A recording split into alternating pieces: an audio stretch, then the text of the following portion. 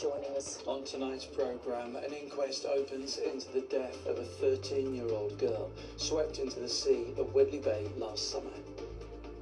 Also tonight, the Britain's Got Talent winning Northumberland farmer on her winnings going to help others with their mental health. He would love it. Kevin Keegan's wish to say a proper farewell to St James's Park as he reveals his stage 4 cancer diagnosis.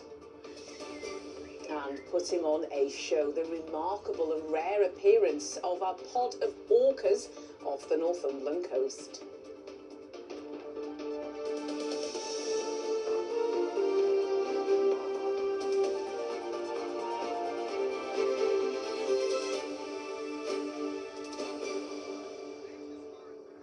First tonight, the family of a teenage girl who died after being washed into the sea at Whitley Bay last year say that her death has left a devastating void in their lives. They were speaking at the inquest into the death of 13-year-old Edie Smart. They described her as deeply loved. The hearing in Newcastle is examining the full circumstances of her death, which sparked a large emergency services response at the coast last summer. Johnny Blair reports. Edie Smart died on the 28th of July last year, 4 days after being pulled from the water off the coast at Whitley Bay. Today's inquest began with a tribute from her family, saying Edie was perfect and deeply loved. She had an amazing smile and wonderful sense of humour. She loved her family and her friends deeply. Her death has left a profound and devastating void in our lives. The inquest heard that Edie and a friend had sat on stairs overlooking the beach when suddenly a large surge of water swept her into the sea. Despite it being a sunny day, the tide was high and the waves were very strong.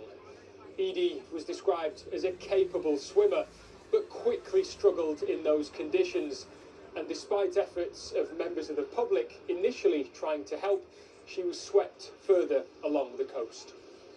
A major emergency response was launched, and it's that response the family want examined, as well as safety at the scene, as they believe opportunities may have been missed to better help her.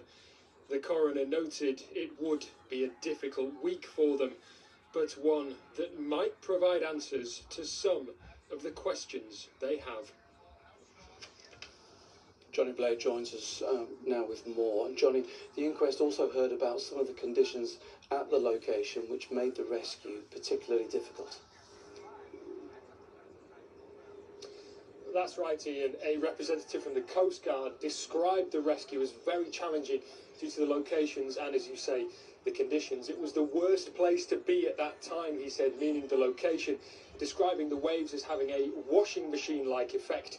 There is no out there, he continued, surrounded by high walls, making a rescue very difficult. The inquest also went through the response times from some of the emergency services and emergency teams involved, how they communicated with each other, and some of the decisions that were made, with the family solicitor at one point questioning whether the Coast Guard from its base in Humberside, overseeing the whole operation, could and should have dispatched an ambulance sooner. To which it was replied that the fastest and nearest available resources were dispatched, although it was a high-pressure day during peak season.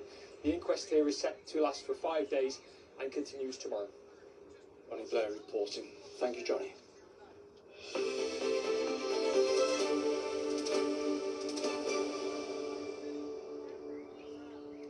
Now, the winners of Britain's Got Talents were crowned on Saturday night, and for the first time, a choir won the show. Yes, the Hawkstone Choir was put together by Jeremy Clarkson initially for an advert for his lager, but it's gone on to do much more than that, bringing the conversation about farmers' mental health out into the open and giving farmers from across the UK a voice through song.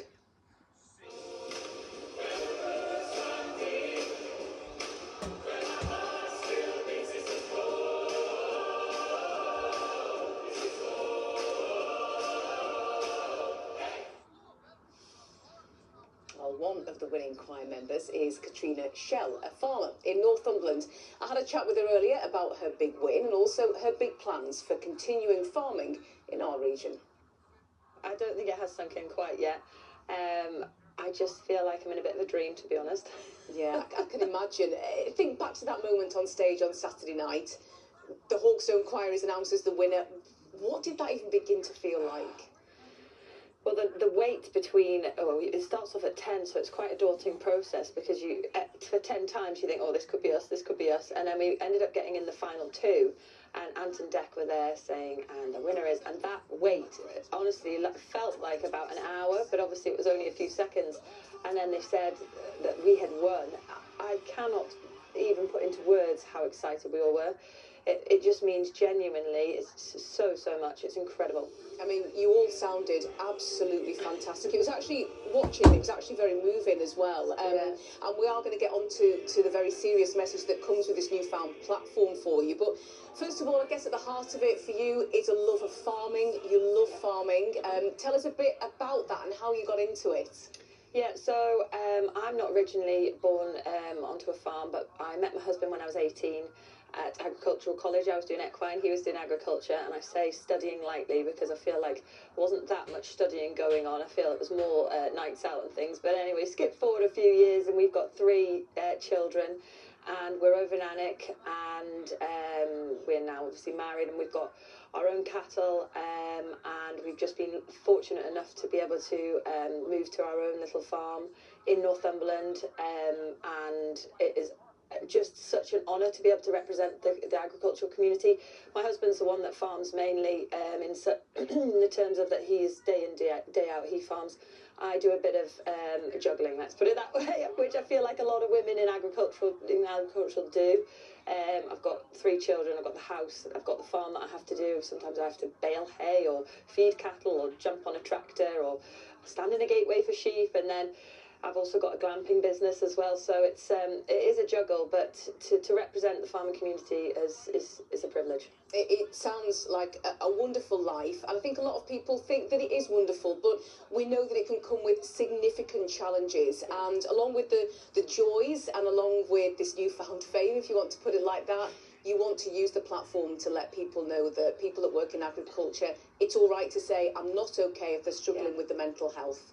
Oh, definitely.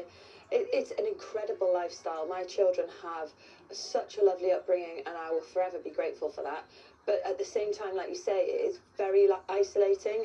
My husband spends a lot of time by himself. I spend a lot of the time by myself. And sometimes that's fine, and you don't mind doing that. Other times, when you've got a lot of thoughts going through your head, sometimes that's not the best place to be. And feeling isolated and maybe not feeling okay, it sort of is a bit of a spiral effect. So yeah, the choir really wants to put the message forward that if you're not feeling okay, that is also okay, and try to reach out. That is often the hardest part with mental health is 1, admitting that you may be not feeling okay, and 2, speaking to somebody about it. So for us to be able to be on a national platform like Britain's Got Talent, to push this message and to push mental health within rural communities, within farming communities particularly, is very important to us. No, it's a wonderful platform for that, and I think that message has got across today loud and clear. Katrina, congratulations. Thank All you. the best with the farming and your busy life, and on the newfound success as well. We're very proud of you. Thank you. Thank you for talking to us. Thanks to every single person that voted. We couldn't have done it without you.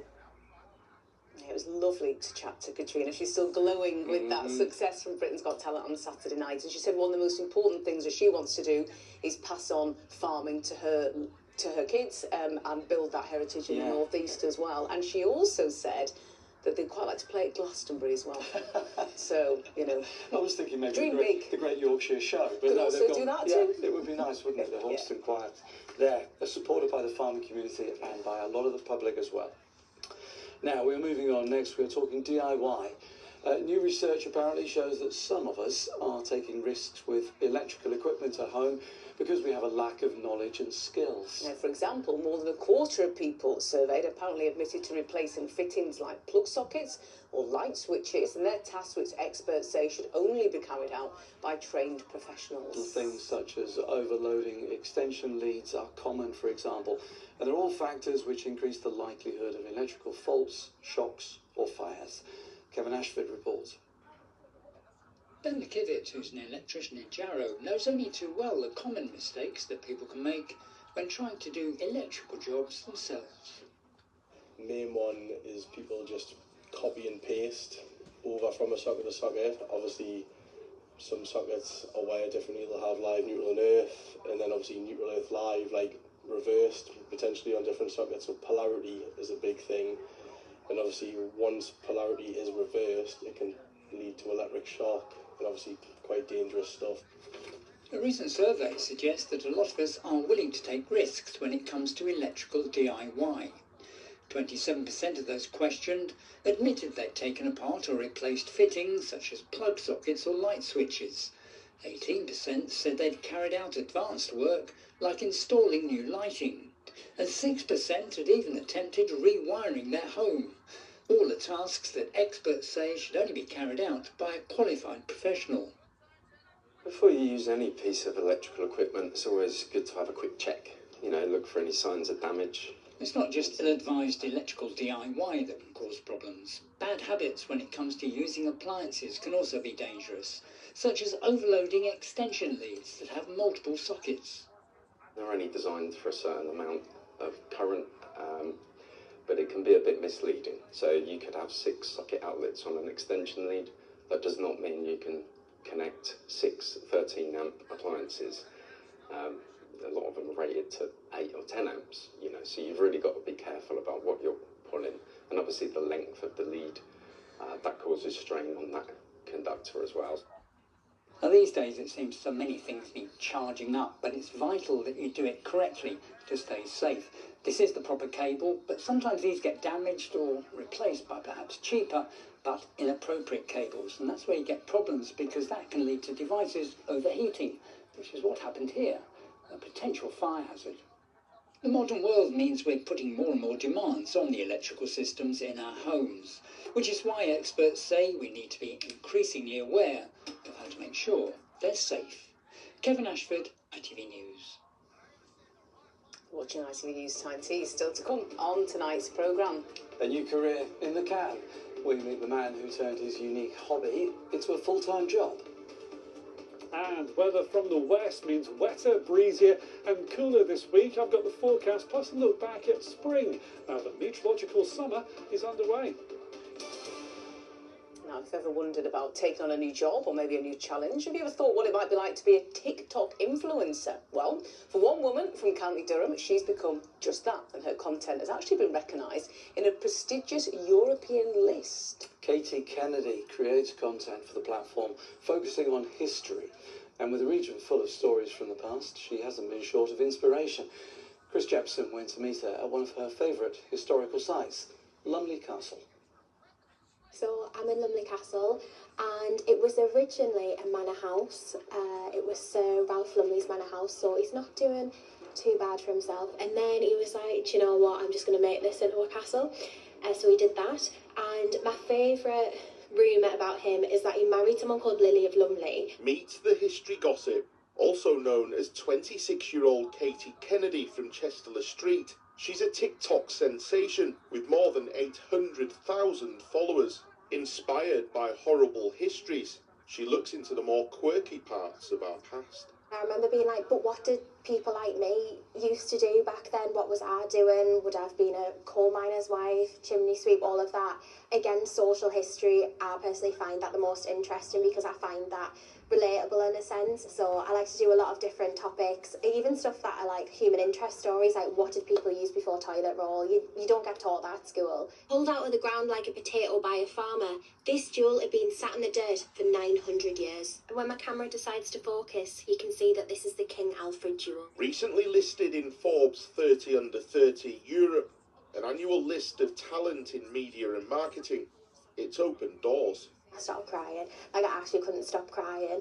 But it was such a validating experience, being on the list and being on a list with so many, like, huge people who are doing so many amazing things. There's a nice little painting here. A bitty on the left-hand side who's gone in a little tantrum and thrown the crown on the floor, and that's to represent the monarchy no longer ruling America. Despite studying for a master's at Oxford, hosting TV shows, a podcast and publishing her first book, she says she suffers from imposter syndrome. In my head all the time, I'm like, do I deserve to be here?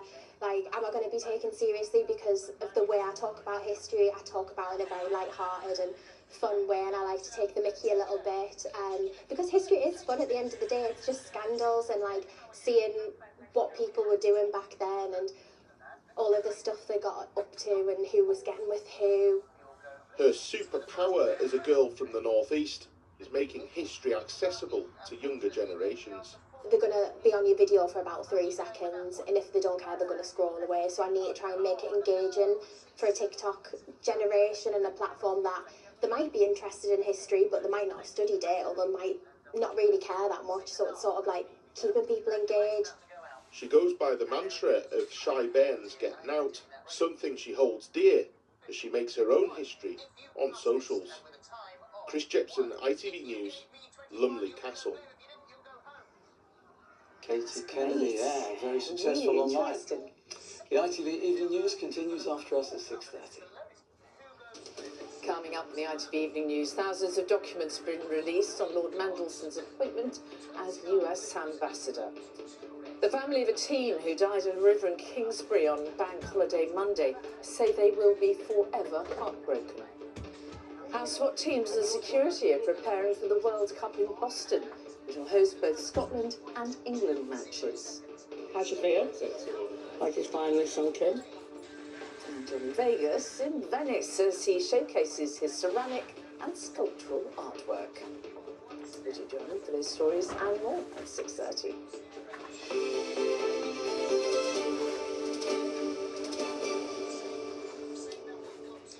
Newcastle United legend Kevin Keegan revealed more about his cancer diagnosis last night. The 75-year-old was on stage at the Tyne Theatre for a talk in front of a crowd of adoring Magpies fans. Simon has joined us now. So Simon, what did the great man have to say? Well, first, let's say it does feel like good news that Kevin was actually on stage, doesn't it? It really is. So he announced in January he had cancer, and last night he admitted he's had a tough few months. He confirmed it's stage 4 cancer, and people probably know stage 4 is the most advanced form of cancer.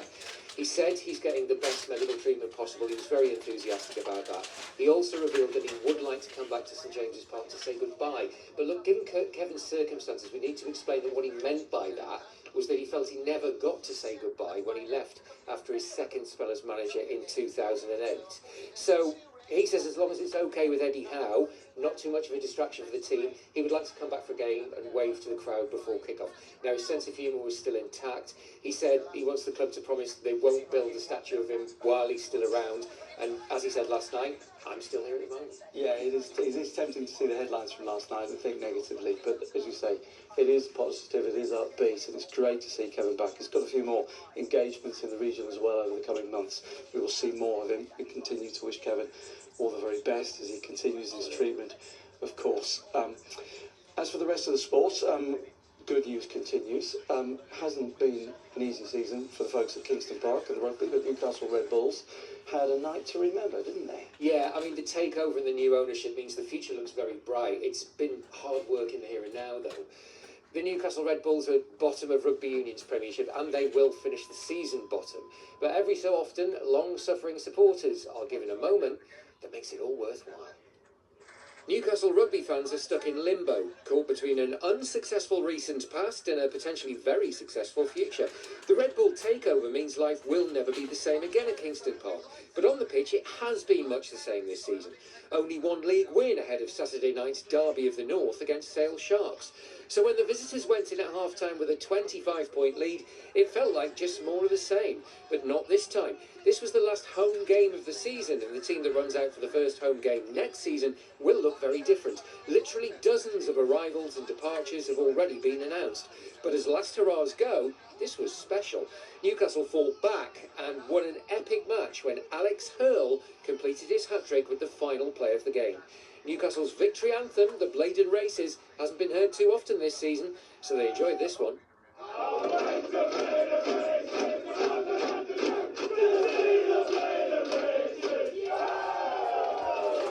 In cricket, Durham's women had a great weekend in the T20 Blast. Durham's men, not so much. The women beat Warwickshire at home on Friday and followed that up with a win on the road against Nottinghamshire Blaze yesterday. Durham women are 4th in the Blast table. But the men had an awful defeat at home to Yorkshire on Friday, then lost again at Nottinghamshire yesterday by 6 wickets. And in Speedway, the Redcar Bears suffered a narrow home defeat against the Scunthorpe Scorpions on Friday. Early days, but it's been a tough start to the season for Redcar. They're currently bottom of the championship table. Soccer Aid was back on our screens last night with a win for England and a lot of money raised for UNICEF. Now, in its 20th year, the England versus World 11 match played out at the London Stadium this year. That's West Ham's home ground. It raised £16.5 million. Former Sunderland striker Jermaine Defoe still got it. He got England's second and third goals, while Euros winning lioness Jill Scott became the joint most capped women's player in the 20 years Soccer Aid has been running. Yeah, we had to win it this year, didn't we? I think now it's like, is it 8-7? So we're closing the gap a little bit, so it's a good win. I couldn't believe it. Over 16 million, incredible. And that's what it's all about. That money's going to help so many families. So thank you to everyone that donated. What's it like getting back on the pitch? You must have... Oh, I'm so slow. I need to go and do some sprint training. I was never quick when I played, but but it's good fun. What an event. Let's give a quick mention as well to the late Freddie Shepherd, the former Newcastle United owner and chairman, because he was a co-founder, wasn't he, of Soccer Aid 20 years ago. His family's still very much at the heart of the event, so congratulations to them as well on a successful legacy. Simon, thank you. Returning now to the street artist who is producing work on a much smaller scale. Paul Wright is using the very spray cans that are used to make graffiti on walls as the base for his own tiny artworks that depict street art scenes around Newcastle. And the work has brought him global success. Tom Barton has been to meet him.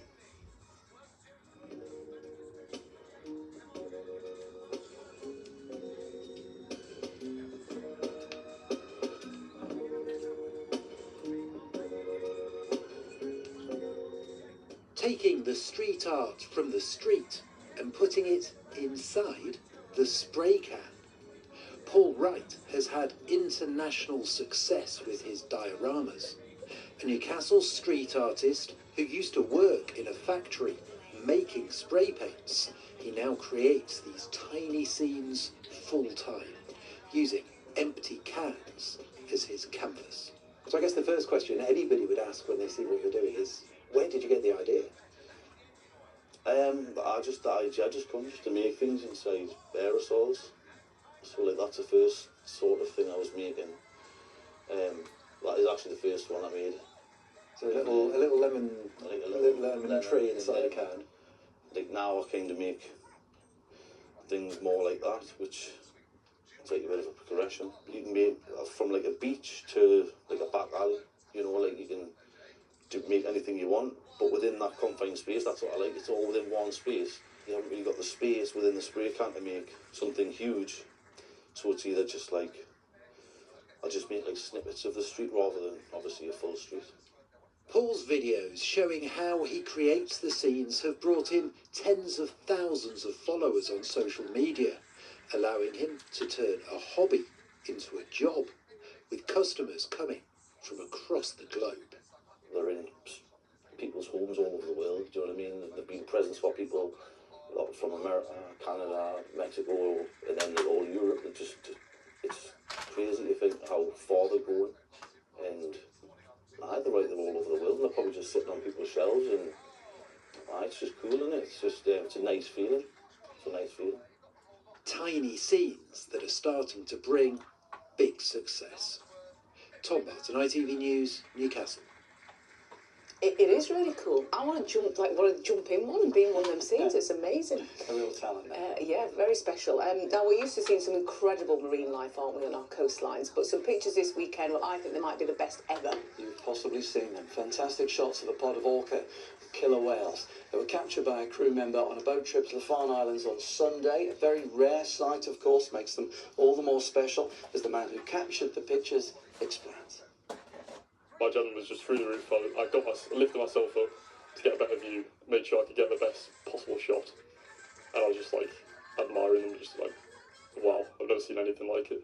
Probably the best thing I've ever witnessed, to be honest. Like, I don't think anything will ever top that. The pure spectacle of the killer whales jumping out of the water. I mean, I've seen dolphins do it, but You know, those creatures, they're gigantic. It's quite incredible to see something that size jumping out of the water. This is the second time we've seen them this year, so it is still very special. Wow. Here's your weather. Today's forecast: blue skies, followed by a spread of hot and cold plates. TUI sponsors ITV Tyne Tees weather. Hello, new month, new meteorological season and new weather to go with it. We'll look ahead to that in just a moment. First of all, a look back at our spring. That's March, April and May. And Met Office is saying today for our part of the world it's been the second warmest spring on record. No surprise, it's been sunnier than normal with that. Drier than average, but not by a huge amount. And the emphasis on the new weather for this week is low pressure and rain. We've seen a little today, though it turned dry this afternoon. Still down to this area of low pressure. More to come tonight. Another area of low pressure moves through as the week goes on. It'll turn windier for a time in between the areas of low pressure. Whilst there'll be some sunny spells, there'll be a few showers around and certainly feeling cooler than it did last week. So further outbreaks of showery rain will move across us through this evening and tonight, but for a time tonight that will become more widespread. There'll be some heavier bursts in that as well, maybe with a rumble of thunder. Overnight temperatures not falling too far, around about 15 degrees or so when we start the day tomorrow. So umbrellas at the ready tomorrow, not raining all the time, and there will be some sunny spells developing, but there'll be showers around. Now, if you catch a shower tomorrow, could be heavy, maybe torrential, hail, thunder possible too, but not feeling too bad as the continued sunny spells arrive in between those showers with temperatures into the high teens, not far from the average for the time of year. A few showers continue tomorrow evening, then they're going to be easing. Then another system moving in during Wednesday. Showers ahead of it, more persistent rain during Wednesday afternoon. It really is a sign of things to come this week. Dominated, as we've seen, by low pressure, turning breezier for a time around the middle of the week as well. And compared with last week, it's certainly going to be feeling cooler out and about. TUI sponsors ITV Tyne Tees weather.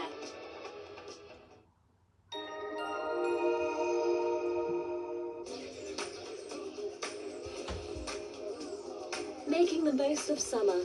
Piri sponsors ITV pollen count. Well, as we've seen in the forecast, there is some rain around this week, so that means better news for hay fever sufferers in that pollen levels, mostly grass pollen, will be staying low over the next few days. That's it. Enjoy your evening. Thank you, Nick. In just a moment, the national and international news. I'll be here with the late news at 10:30, and we'll both see you tomorrow. Thanks for your company. Bye-bye. Bye-bye.